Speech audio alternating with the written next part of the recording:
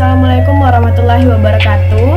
Perkenalkan, saya Karisma Anissa Aprilia, NIM 21104221017 dari KBI Kelas Universitas Andalas akan membahas video presentasi tentang penyusun sel tumbuhan serta fungsinya.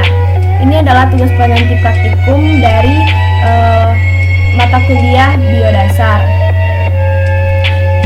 Penyusun sel tumbuhan yang pertama yaitu ada mitokondria. Mitokondria berfungsi sebagai tempat respirasi seluler, menghasilkan energi atau ATP dan molekul pembawa energi siap pakai. Nah, di samping ini adalah gambar dari mitokondria. Seperti yang kita ketahui, mitokondria itu memiliki inner membran, outer membran, matrix, ada ribosom dan mitokondrial DNA. Kemudian selanjutnya ada plastida.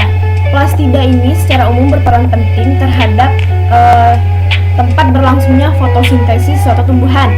Nah, plastida ini merupakan salah satu organ yang hanya dimiliki oleh tumbuhan saja untuk menunjang perkembangan dan pertumbuhan.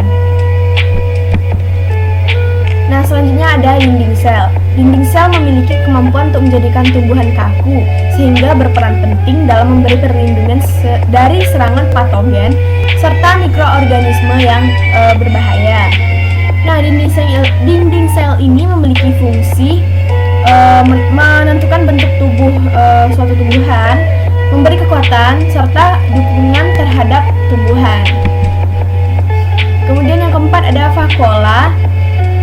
Vakuola pada tumbuhan ini berfungsi untuk menyimpan zat makanan berupa sukrosa dan garam mineral. Selain itu, vakuola ini juga berfungsi sebagai tempat penimbunan sisa metabolisme seperti getah pada batang tumbuhan karet. Nah, vakuola ini pada gambar ditunjukkan pada bagian yang berwarna biru ini. Pada tumbuhan, vakuolanya besar dan pada hewan, vakuolanya kecil. Vakuola ini juga berfungsi untuk mendekatkan sitoplasma ke dinding agar keluar masuk zat lancar dan cepat. Kemudian ada membran sel. Membran sel ini terdiri dari lipid, protein, dan karbohidrat. Membran sel ini dikelilingi oleh dinding sel yang kaku.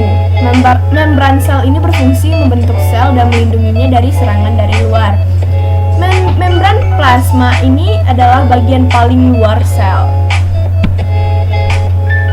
Kemudian zat penyusun lainnya yaitu ada ribosom. Ribosom merupakan salah satu organel yang tidak memiliki membran. Ribosom ini berperan penting dalam proses sintesis, yang mana ribosom ini berfungsi efektif dalam menerjemahkan mRNA yang akan mengubah sesuatu menjadi protein. Nah, selanjutnya itu ada inti sel atau nukleus.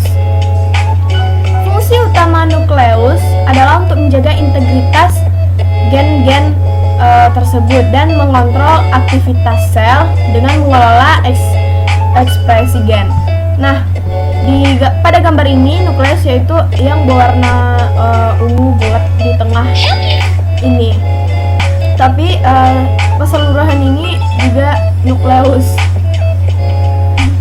Selain itu, nukleus juga berfungsi untuk mengorganisasikan gen saat terjadi pembelahan sel, memproduksi mRNA untuk mengkodekan protein, dan berfungsi sebagai tempat sintesis ribosom, dan sebagai replikasi dan transkripsi dari DNA. Serta inti sel ini juga mengatur kapan dan di mana ekspresi gen harus dimulai, dijalankan, dan diakhiri.